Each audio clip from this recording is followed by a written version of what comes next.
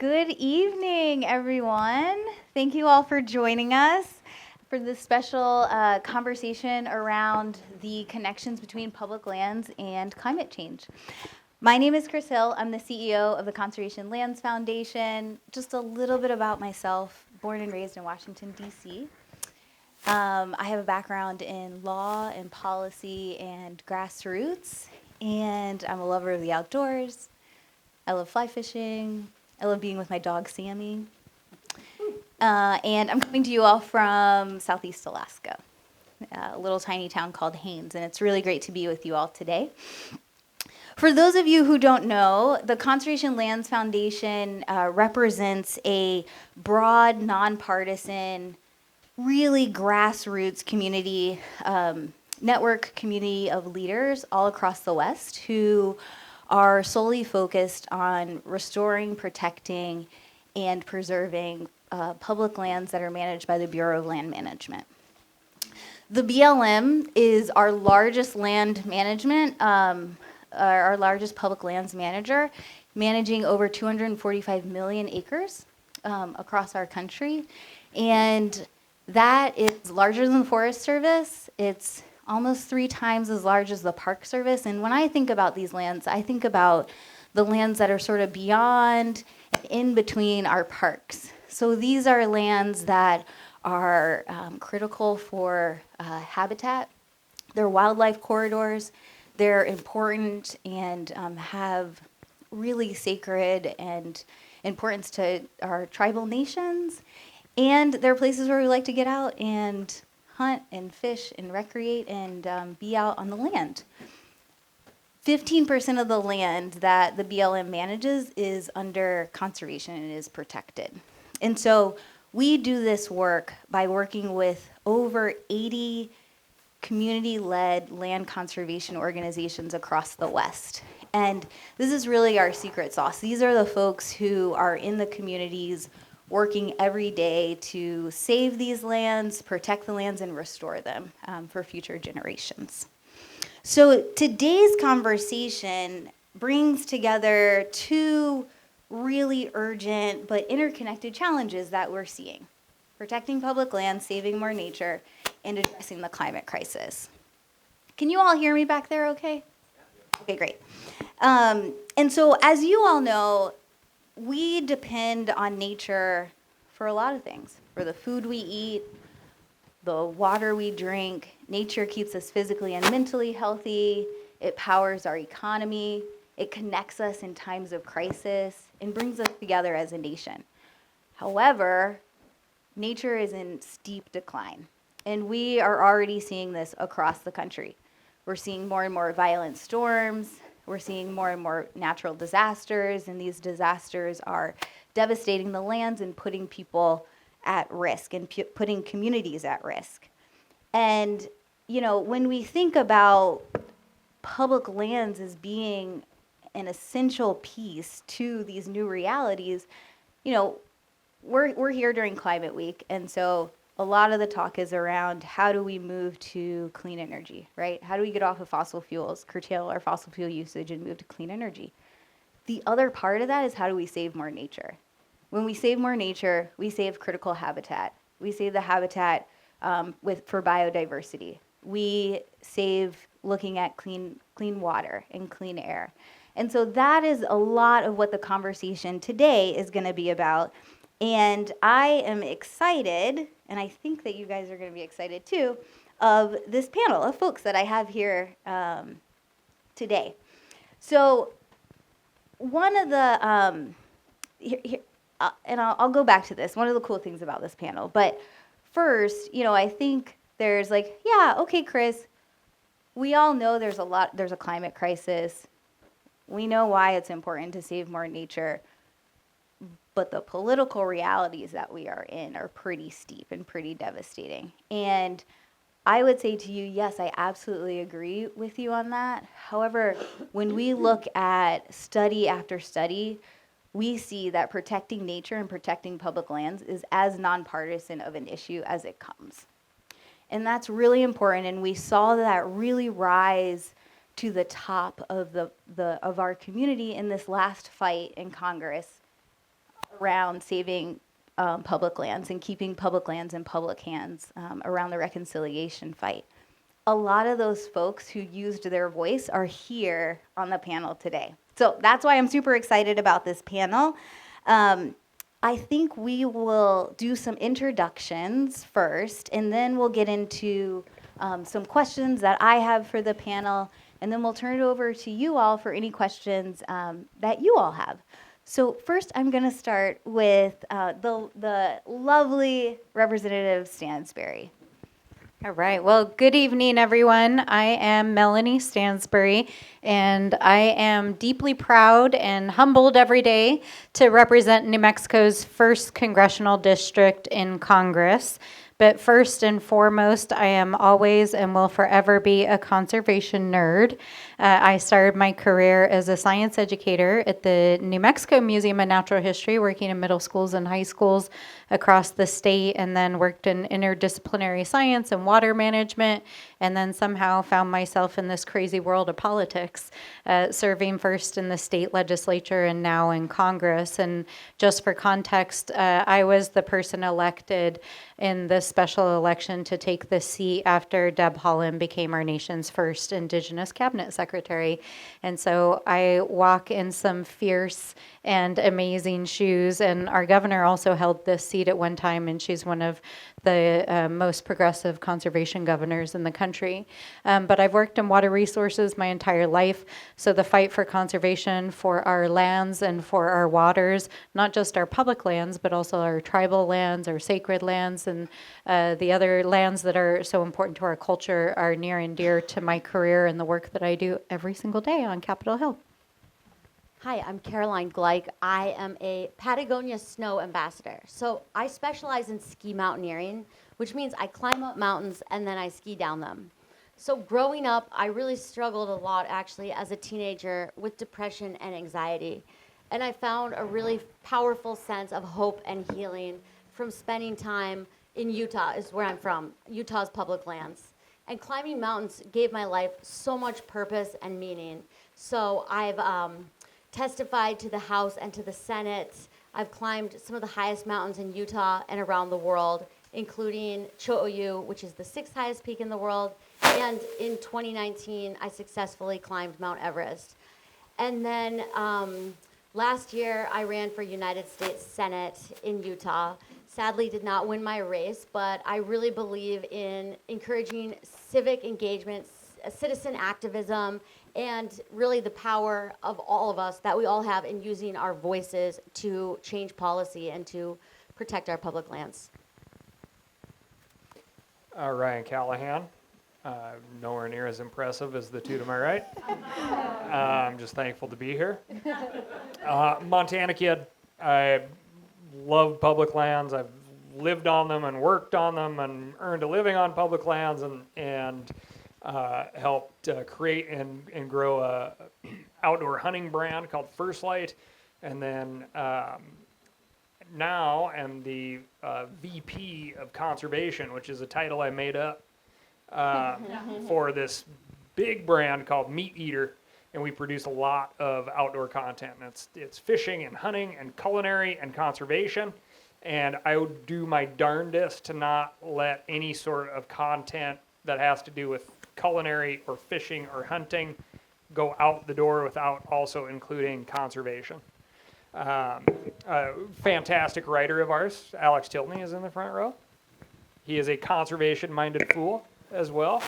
And I'm also the North American board chair for Backcountry Hunters and Anglers, which is a great nonprofit that we work really hard to engage grassroots citizens to be engaged citizens and advocate for public lands, waters, wildlife, and access to those places. So I think I set the bar pretty low.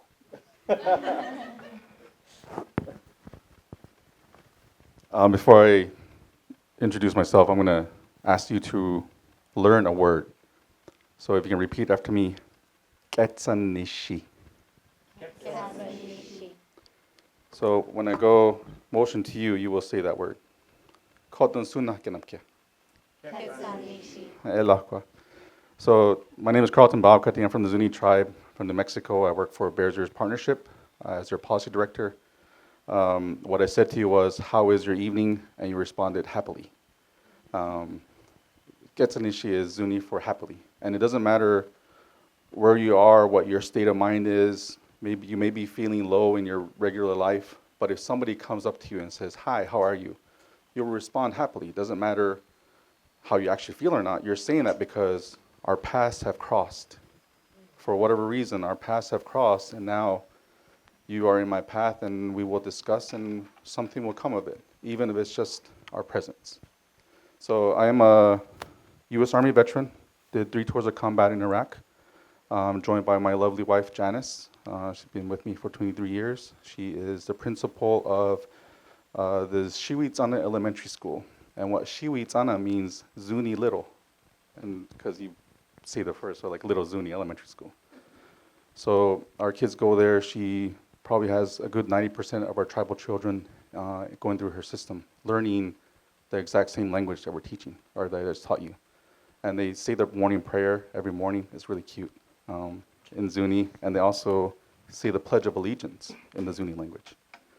I was born and raised in Zuni, New Mexico. My family, my dad, my grandfather and his family, on our side raised sheep, so I know the landscape from that.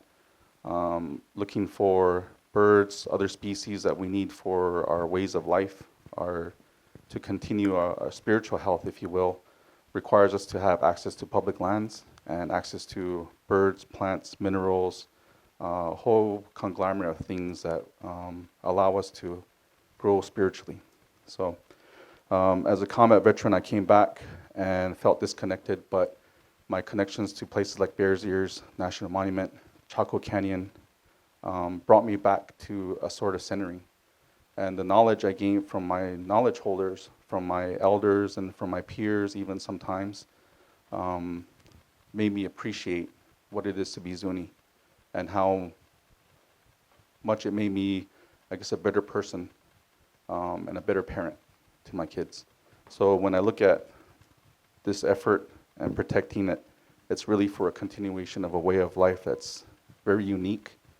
And when I went to, when I put on the uniform, you know what they say? They say it's to protect God and country, right? But that's too big. You're really working to protect the people around you, my fellow members. And now when I come back, it's really to help our youth survive. Let them make their own personal connection with this landscape, so that way they feel they're bigger than the reservation. If you don't know what that means, some kids feel the reservation is maybe a dead end, and that's not what our belief is. You were destined to be here, and it's up to us to show you how worthy you are and your self-worth and how you can survive this chaotic place. But really, it comes back to understanding who you are and being safe that you are Zuni and you're an American, of course. So thank you for this time.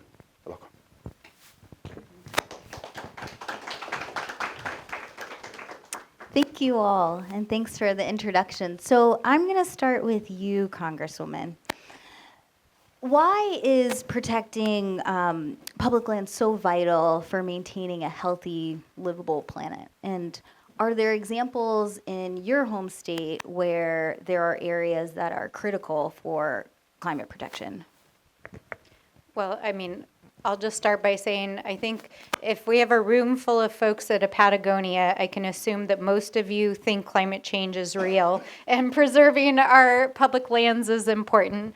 So I won't go too deep on the substance of it, but I think, public lands mean different things for different people. And one of the things that I think is really profound about the United States as a culture, as a place, is that we are a nation of many nations, whether it's tribal nations, immigrants, people who come from all these different backgrounds. And somehow all these different people have made this place their home and then made specific places their home. And so for me, public lands are, yes, vital to conservation. My background's in conservation science. Yes, they're vital to be the lungs and the blood vessels of our planet, but they're also vital to our culture and sustaining who we are as Americans and our connection to preserving our public lands. And I think part of why there is such a strong resonance, especially as we're fighting to protect our lands, is because we're actually fighting for ourselves and what it means to be American when we fight for our public lands. Because the idea of preserving public lands is actually an American idea. It came from the conservation movement.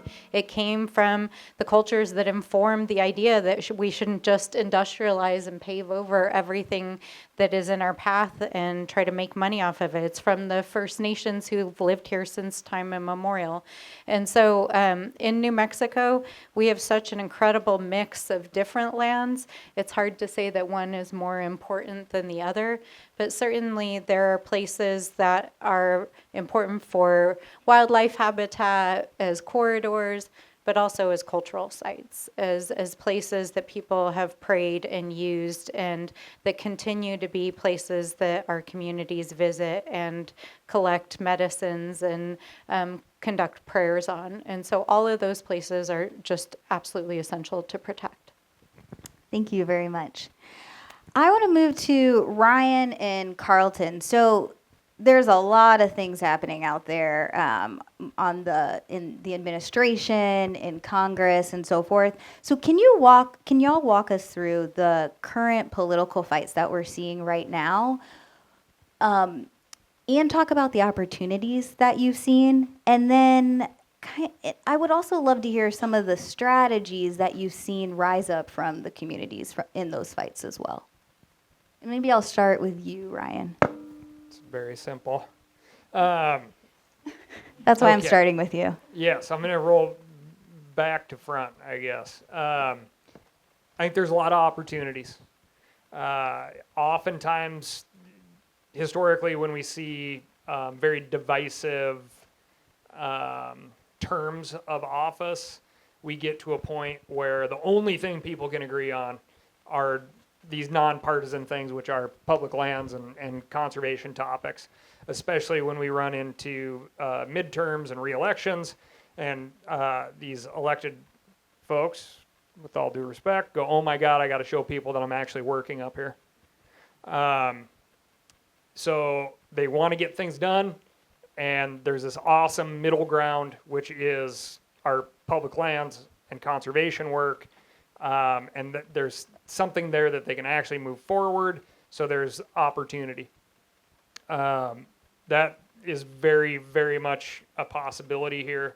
As Chris pointed out earlier, we saw a big awakening once we were able to put away a lot of partisan BS that occurred pre, during, and post-election. And on the topic of the sale of public lands. And through data that we got through a number of different organizations, including Backcountry Hunters and Anglers, people spoke up across party lines and from every single state, if not darn near every single county in the U.S. on this topic. And any time that we spoke with anybody who said, oh, well, that's like a Western issue, it was very easy to point out, like, well, not according to your constituents. Like, they might be living right here, but they're thinking about these Western areas that were outlined in those sales. Now, when we're talking about roadless, for example, there's some great roadless areas very close proximity to where we're standing right now, and it's not just a Western issue and shouldn't be defined as just a Western issue. Public lands are everybody's lands, and we all have a voice in them. Again, tons of opportunity here, and I like to remind people that if you're on the side of public lands, you're right. And that's very powerful. Because there's a lot of mental gymnastics that have to happen to try to devalue those lands. And they just don't have a leg to stand on. And it's kind of funny to sit there and watch this play out. So remember that you're right, and you can only shoot yourself in the foot from that point forward. So don't get sucked into weird partisan arguments. Find your center, right? It's a phrase I came up with. And Carleton, will you bail me out on the rest of those hard questions? One of the phrases that we heard, that I learned recently over this past year was moving at the speed of trust. We can only move at the speed of trust with our relationships. One example, I guess, is that in the initial, of course, fight for the Bears Ears National Monument, you had that concept. You had 5 tribes that normally didn't always work together or get along in some situations. But in this fight, in a public lands fight, we would set aside those traditional type of lines that we would cross or whatever the case may be, sometimes even relationships that government created themselves. So when we looked at it, we always decided, rely back on our handshake agreement as tribes.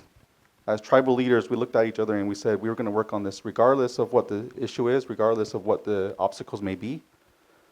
And so we pushed forward. There was other opportunities, but in the end, we made a proposal to then President Obama and created the Bears Ears National Monument, despite what we thought was a shot in the dark. What are we going to get? But along the way, of course, you had conversations happening with White House. You had conversations going along. And again, you had those moments where you're like, are we going to splinter? Are we going to allow certain animosities come back that, may be expressed by our cultural leaders sometimes? But no, we're looking at the government side, like we're still looking at the public fight on this side of it. So what we did at that point was we strengthened our agreement with each other. And even when the monument was initially reduced from initial 1.35 million acres down to 2 smaller monuments, the Shush Jaw and the Indian Creek National Monument, that was a blow, right? We thought we had a relationship that transcended and made our children aware of what could be possible. So when we had that issue, instead of going down the line of like, well, which monument are we going to manage? What are we going to do? We went back to our agreement that said we're pushing for 1.9 million acres. And we found our partners, and with that, I guess, remotivation, we did a land management plan for the 1.9 million acres.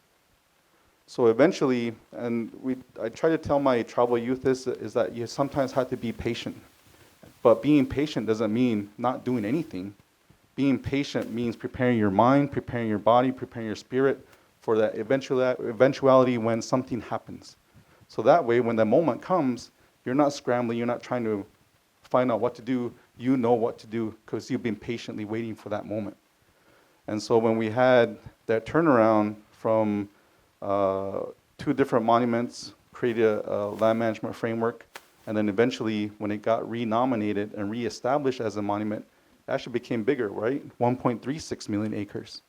And guess what? When they wanted co-management, the tribal partners were there with their own land management plan in place to back them up as they started going down into the monument management planning process. I mean, all these sound great and all, but do you understand how much reading that was? Just tons and tons of government ease, right? But that was moving at the speed of trust. That was recognizing that we had an agreement and that despite external influences or even the political fight, we're going to focus on that end goal. And so when Ryan here talks about opportunities, those are those opportunities that we will continue to look for and make sure that when we are being challenged, we go back to our initial agreements, looking each other in the eye and saying, hey, this is what we agreed on. This is what we have worked through. Despite what anybody else is saying, we need to reinforce it because who is going to reinforce it if not us that have gone through that process? So that is one way that we will continue to challenge administrations. We will continue to find opportunities. And right now with the reduction of force in a lot of DOI type of agencies, who is going to do the work if their staff isn't going to do it? So right now, our process is trying to make sure that our youth have opportunity to work on the landscape through conservation cores that fit monument management planning processes. Don't abandon practices just because somebody says anything else. And by that, we're reinforcing our relationship and our trustworthiness. So, thank you. It's a good point, right? Because these conservation goals take a long time to achieve. And so if you're tailored specifically to one administration, you can do that for a brief moment, but you got to maintain your goal, because administrations are going to come and go, and they may take a shot at your project, your goal, but you're going to outlast them. Almost like we planned it, huh? That's great. Thank you all. And thanks, Carleton. And, I think back that the example of the creation of Bears Ears is just a beautiful example of what happens when we do move at the speed of trust and when collaboration works. And I believe in the power of the people and the power of advocacy, and that is a really beautiful example. Thank you for sharing. I want to move to Caroline. And just thinking of the power of the people. Also thinking about how time in nature is so important to our health and why people get outside. And, we know time in nature is really important. One thing that some people are trying to figure out is how we make that connection from being outside, loving the outdoors, and connecting it to the advocacy work, because we know that's when we see true change, right, is that advocacy piece. So can you talk a little bit about your time in the outdoors and how you have done a really beautiful job of connecting to the advocacy piece and then bringing people along with you? Yeah. Well, when I think about my time in nature, I think about the feeling of a fresh powder day in Utah. Do we have any skiers in the house? Snowboarders, snow lovers, hikers, birders? Any birders? I got really into birding recently. Yeah, I like birding. I'm really into Merlin ID is this new app I'm really into. And that's really helped me connect more deeply. But when I think about my time in nature and when I think about going home to Utah right now, I think about the golden aspens, the quaking aspens, that sound of the wind through the leaves. And I just feel so excited, like I'm giddy like a little kid. And I think that's what nature brings out in us. It's like this childlike wonder and glee. Like there's something ancestral and just, it makes us remember our humanity. It connects us with this, it's like, there's brands that tell us we need all these things, but when you get out there, you realize you don't actually need that much to survive and to go for a hike. Like, it's pretty simple. We have the skills inside of us. And so, for me, that's just a feeling I've really devoted my life to because it makes me so happy. And I've realized, living in Utah, that we have to fight to protect that. Because how many of you have been to Utah? Did I already ask this? Okay. Wow, a lot of you have been to Utah. That's incredible. So 64% of my state is federally protected public land. And if you've been to my state and you've driven through, if you've visited the national parks, or if you've experienced the Forest Service land outside of Salt Lake City, you understand why. It is absolutely stunning. But there have been so many coordinated efforts to sell our public lands in Utah, to transfer them to the state and to sell them to the highest bidder. And so protecting public lands is a climate solution in two parts, because the first part is that protecting intact ecosystems, they are carbon sinks. So they help absorb carbon that we're emitting. So that's sort of the first way that they are climate solutions. But the second way is that when they're protected, they're not sold for mineral extraction or fossil fuel development. And that's really important in a state like Utah, where there are so many companies and corporations that want to come in and they want to mine and drill and extract. And then those companies go bankrupt and they leave the taxpayers of our state with the cleanup costs. So in the United States, companies they extract $1 billion worth of minerals from public lands each year in the US, and they leave taxpayers with a $50 billion waste cleanup bill. And in Utah, a single bankrupt uranium operation left behind a nearly $1 trillion waste cleanup bill. And with those waste cleanup bills, there's often enormous public health impacts. There's enormous threats to our public health, our air quality, our water safety.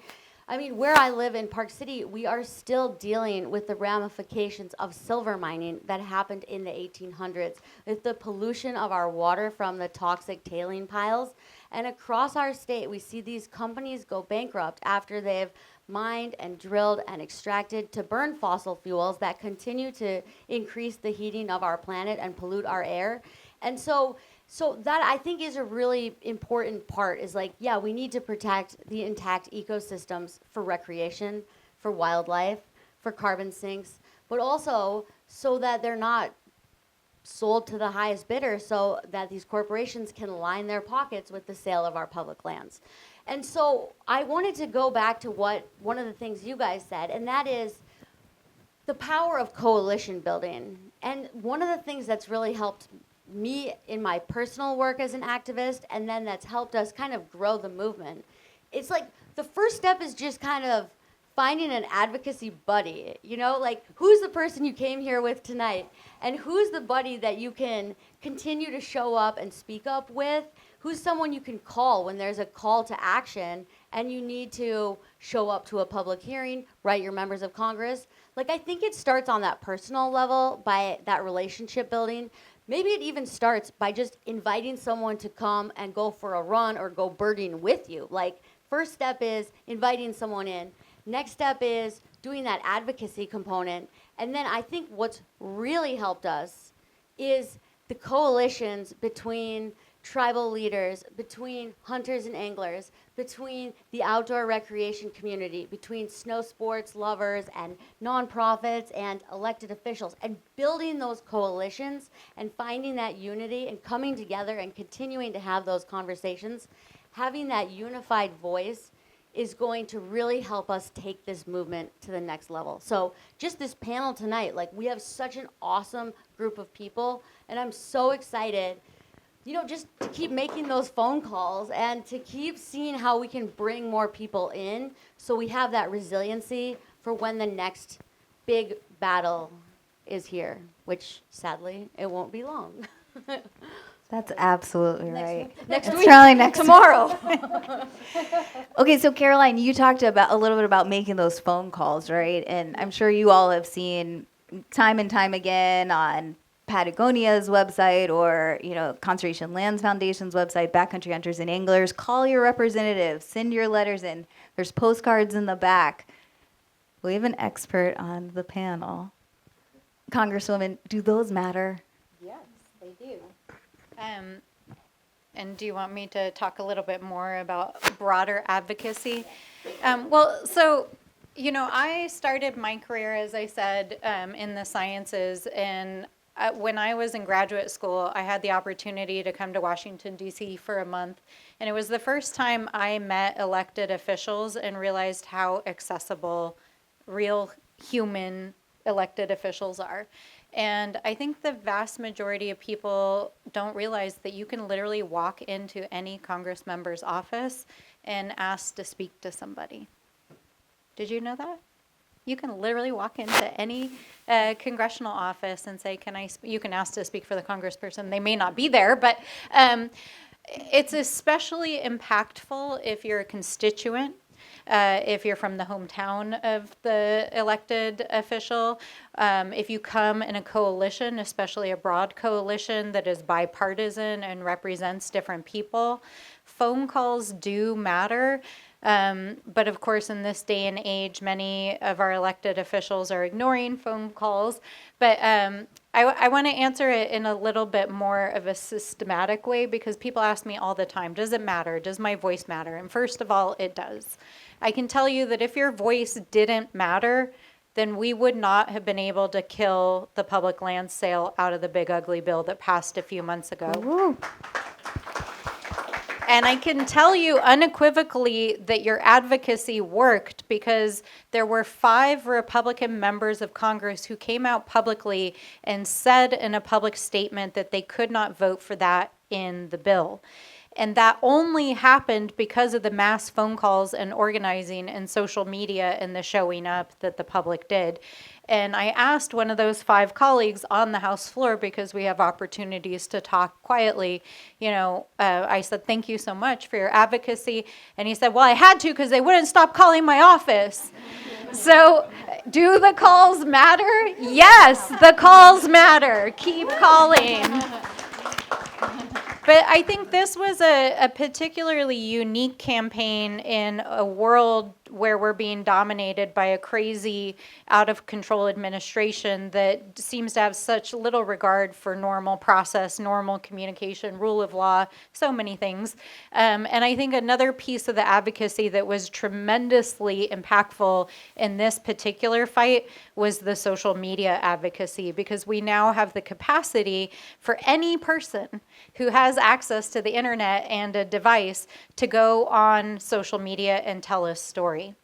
And that's a way to connect with people, and that's a way to bridge the partisan divide.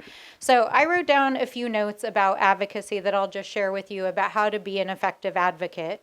1, use your voice. Use the platform that you have. You may think, well, who am I? I'm just a Central Park birder. Well, actually, there was a Central Park birder who changed Really the world, awesome. Yep. right? Absolutely. No, but that's real. Yeah, That's no, real. seriously. Yeah, Yes. All of us have platforms. All of us are leaders in our communities. You may not be an elected official or have a particular title, but you have people in your life who look up to you, who trust you, who care what you think about the world. And so to them, you are a leader. So use your platform, use your voice, and know that even if your voice doesn't reach my ear as a member of Congress, it's reaching the people around you and creating the ripple effect in your community. But in terms of using your voice and advocacy effectively through coalition building, I think that some of the things that were shared up here on this stage are really important. I get asked a lot by advocacy organizations if they should bring more facts and figures and data, and all of that is very important. As I say, inform the mind, but you have to touch the heart. And what I mean by that is that even lawmakers are people. And we also connect to storytelling. We also connect to nature. And so the best way to move a politician is to touch their heart. Tell your own story. Tell a profound story. Take them to a place where they can connect to nature, to the place that is sacred and important, like Bears Ears or Chaco Canyon, or to a river that you fish on. That is how you touch the heart. It's important to build coalitions that are diverse. And by diverse, I mean that cross different sectors, that cross different ideological boundaries, and that have different constituencies. Every effective environmental coalition that I have seen actually have durable solutions in the conservation world have included conservationists, recreationalists, state, local, tribal, county officials on both sides of the aisle, scientists, business leaders, chambers of commerce. You need a coalition that is diverse and that can be durable across multiple administrations. Be persistent. You can't just show up to a congressional office with a piece of paper and say, hey, we'd like you to protect these public lands, because someone will let you, share your idea, but that doesn't necessarily mean that it's going to happen. It takes time, it takes resources, it takes persistence and showing up over and over and over again. And it takes really understanding the process. I think one of the things that, you can take from the Bears Ears story here is that to have durability, especially in the conservation world, you have to really understand federal law. You have to understand the congressional process. You have to understand what administrations can do and what Congress can do. And it's not just a hearing and then it's done. You've got to follow it through to the very end until that law is signed and then implemented, and then whatever it is on the ground. when you begin a major conservation project, you are going to be spending at least the next decade of your life probably engaged in that if you're serious. Like, that's just the reality of what But it it takes. is so much fun. It is so much fun. And then I'll say one final thing on this, and then I'll just share a quick anecdote, which is that the reason why I'm sitting here is because I came to the conclusion after the 2016 election that it didn't matter how nice our politicians were. It didn't matter if they came home and told us they were doing stuff. If they weren't pro-climate, if they weren't pro-conservation, if they weren't pro-community, then somebody has to stand up and run for office themselves. And so if we actually want to change our politics in this country, we've got to recruit, run, and then elect pro-climate and pro-conservation elected officials. Yeah. And so I'll just say to any of you out there who might be thinking about it or hearing that little voice that maybe you should run for office, go run for office. Don't hesitate. Be smart, but don't hesitate. And then I'll just say, adding a little bit of an anecdote that made me think of it, partly because there's a book back here that says salmon, but you were also talking about the state of the environment. So I worked as a Senate staffer. I was a water staffer in the Senate Energy Committee. And one of the most amazing conservation coalitions that I worked with is in the Yakima River Basin in Washington State. And I was actually hired by the committee to literally write the bill for the Yakima watershed project because they needed a water expert. And this coalition included Republican county officials, farmers, boaters, tribes, and they all had different interests. But they had spent a decade taking climate science, working with the conservation community to identify real solutions to deal with the climate problem. And among the many issues that were to be addressed by this huge coalition was to restore salmon to the upper watershed of the Yakima River. Now, if any of you know Washington, that's 400 miles upstream from the ocean. And so you're talking about restoring 400 miles of river and watershed to get fish that haven't been in the upper watershed in over 100 years back. And over the course of that profound coalition, over the course of 10 to 15 years as they were working on the science and just putting the ideas together before they even arrived in my office to work on a bill, they formed trust. They formed relationships. And farmers whose grandparents and great-grandparents had been sued by tribal leaders for stealing their water became friends. They were moving at the pace of trust. And so I'll just share this story with you. When I left Capitol Hill as a staffer in the summer of 2017, I was sitting at my desk in the Senate Hart building, and I got a phone call, and it was the irrigation district director for a very, very conservative irrigation district in a farming community. And he was breathless. He had literally run to the phone. And when I picked up the phone, he was like, "Melanie, I had to call you. I had to call you." He said, "A fish arrived today."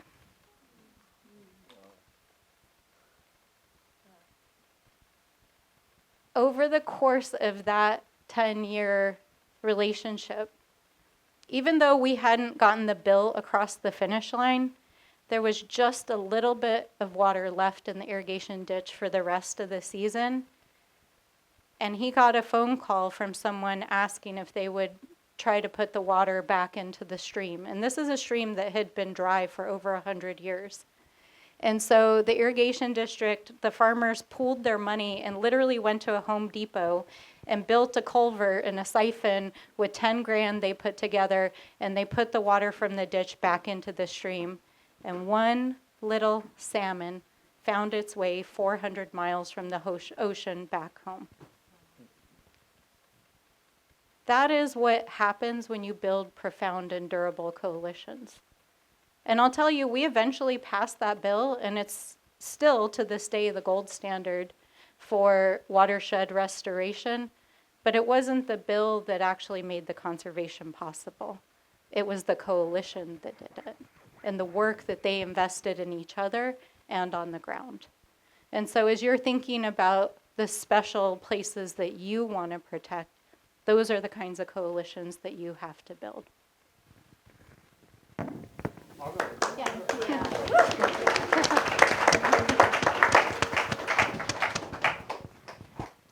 That's a great story. And that is an amazing story, and also it hones in on the fact of moving at the speed of trust through deep, authentic coalitions. Yeah. We're gonna end on that really good note. I mean, that was amazing. We are going to move to Q&A from the audience. So does anybody have any questions for any of the panelists? We're going to have a mic for you in a second. Hello? Is it working? Okay. No, I just wanted to say I'm so happy that you guys are here. I follow you on social media, and it's great that you're here. You're taller in person. No, anyways, but just wanted to share something and just bear with me. I know you from skiing. I know you from hunting. I know you from activism. I'm Hispanic, and I'm the first person in my family that's interested in skiing and hunting. And I just wanted to put you guys on the spot. Protecting lands is important, but also bringing people out there. And as you can imagine, there's a bunch of cultural barriers here. I mean, I work from people, you know, from the Bronx that tell me we don't do that as a community, you know? Skiing is not for us. We don't go hunting is not for us. I'm not going to be safe out there, you know? I'm black or brown. It's not for me. As you know, the percentages, less than 5% of hunters are non-white. So what's the future of the activity? How do we get people out there? You know, it's not just protecting lands, but, you know, we were talking about advocacy and activism. How do we get people out there? I'm happy to speak a little bit about that because I see that as a huge problem, especially in snow sports. And so in my own life, I have invited a few different women of color, and I've done a very informal mentorship program, one-on-one skiing with different women and centering them and their goals. And it's really simple to invite somebody in, you know, to get on the phone, make that phone call, or some of them have come to me, but one of my mentees now has gone on to climb the Grand Teton. She did a first ski descent in Ecuador. She's a Colombian immigrant, and I think there's a lot of ways we can use our privilege to invite other people in, because it does take a lot of privilege to be able to go into the outdoors, to have the resources and the time. And I think with that privilege does come a responsibility to invite other people in. And I also think that how we treat people is how we treat the planet. And if we conceptualize nature as a mother, we must continue, especially to elevate the status of women and girls and mothers, but also by protecting public lands. It is a way of fighting for social justice, in the sense that, like the intersectionality with Bears Ears, there's so many of our indigenous communities have been using that land since time immemorial.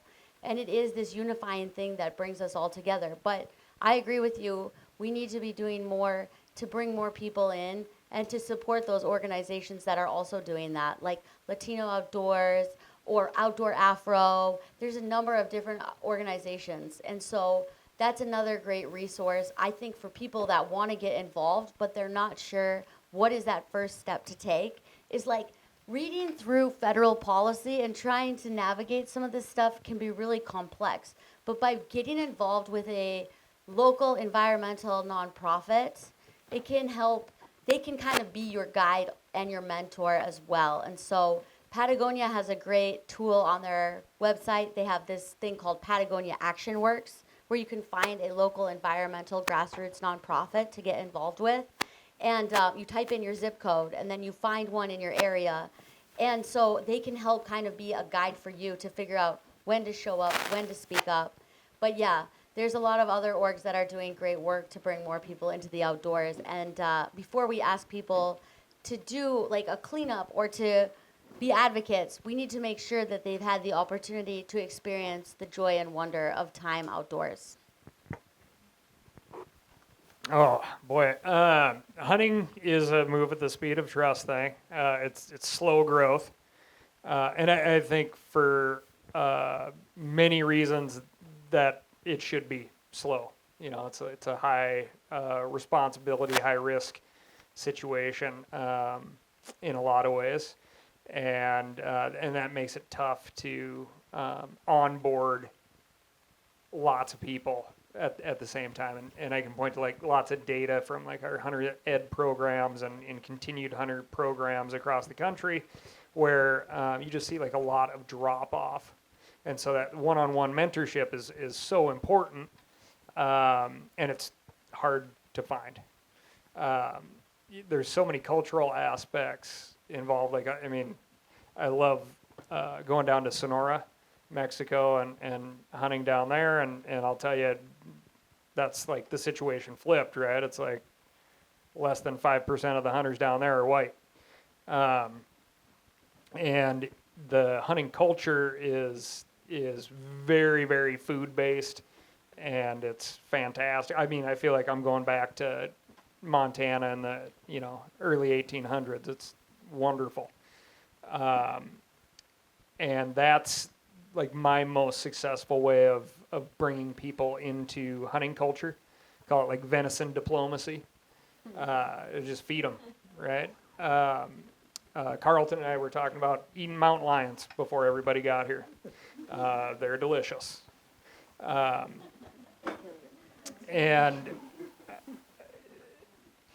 in fact, I fed mountain lion to a bunch of wonderful ladies who come across the U.S.-Mexico border every day to work when I was in Texas 2 years ago, and it was the first time they had ever had mountain lion. Made green chili. It was fantastic. They stole it all, took it home. I was going to fly home with it. But it was a good way to come together and share some culture, right? And I don't have a silver bullet here. I think there's some programs here. These fellows are both in. Oh, awesome. And I'm aware of some stuff in the city as far as like hook and bullet clubs, rod and gun clubs. Some of the archery shops here are cool to follow online. But it's slow integration. But I've always done it through cooking. And the other side is like, man, you want to mentor people because it takes so much time who really want to do it. I think every culture is different as far as like how you approach somebody, how you have that first conversation. I get told all the time Montana people are weird, so. And I think, I would just say, as a black female in this movement and in the industry, growing up, I started climbing when I was 10, and it took years till I saw somebody that looked like me, let alone a female, or even, I remember Lynn Hill. She was the one that I looked up towards, right? She was an amazing female climber back then, but I would go into stores and not see anybody on the billboards that looked like me, or we used to get catalogs. I don't know if y'all remember those. We used to get catalogs in the mail. Nobody that looked like me, and I loved climbing, and I continued to do that, but I made it my mission in life to advocate for outdoor access for all and equitable access to the outdoors. And when you look at the various barriers between different communities being able to come out, be outside, it's, people that are living in cities, there's not enough green space, there's not enough tree canopy. You can't actually get to the parks. Transportation is the number one barrier to accessing the outdoors. And so these things are very intertwined with each other. And, the advocacy piece is really important. We can save all the public lands that we want, but if we don't have equitable access to those lands, what are we doing?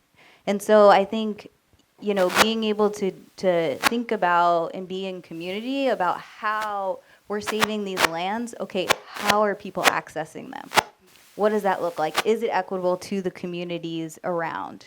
Can people get to the trails? Are there, public transportation to be able to get to the trails? What does it look like for kids in the community to be able to, go up to the trails and recreate on and listen to the birds and see all of those things? I think, Caroline mentioned there's some really great organizations out there that have popped up over the last few decades that are doing just amazing work. And I would echo that there's some really good kids programs as well. And a lot of times we'll see, it starts with the children. If we can get the kids out and really out touching grass, right? Whether that's in the park, looking at worms and so forth, they're going to be our next advocates when they grow up and get older. So it's pretty, it's amazing. And then I also will say it also begins in the communities as well. A lot of times, as I got older, I would look for people who look like me to go outside. Sometimes that feels better. And so I think finding your communities, the online social media is really actually a really great tool to be able to find your own community online and feel comfortable asking really stupid questions to people who already know the answers and have already done it. I have 2 internet friends up here right now.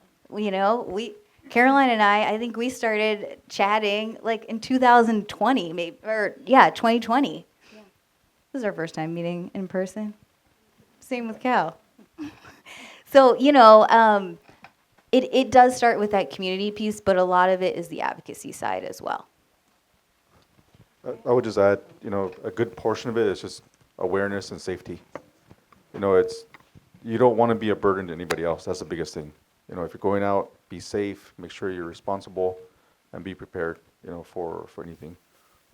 That's because it's really in certain areas where like for myself, like I could walk probably 15 minutes and be in backcountry area, where there's no dirt roads, and even the places I work in, the agreement I have with my wife is that I can go and do what I need to, but I have to come back.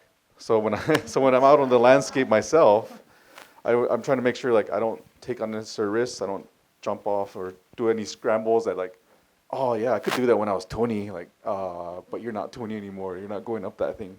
So those are just some things that to remind yourself, be safe. And then if you have kids, include them. One of the things that I enjoyed seeing was my sons working together to teach each other how to bird hunt. For us, we use different bird species to, like prayer sticks and other things. So usually they will go out and help support me that way. So one thing is it became a familial thing for them. And my younger son tries to continue to do that despite the loss of our older son. But that's just some of the things that I encourage you to do. Find people, like-minded people, and then if you're the only one standing there, eventually you're working it, and you'll eventually have your own community of like-minded folks. Yeah, I'll tell you, there's grants out there for nonprofits to do this type of outreach into urban areas and inner cities. So, man, the best answer is you tell me. Like if you got a group of folks that you think would be interested and they just need some help, because even some of what Carleton said is like, well, what is safe? How do I be safe out there? How am I prepared? Those are pretty daunting questions to folks who have never done it. But there's avenues. So if you have a good idea, I'd love to hear them. Thank you all so much for hosting us. You all have been a wonderful, important partners with Conservation. Also, there's food and drinks downstairs. So please enjoy. The panelists will be here for a little while longer. If you have any more questions, thank you.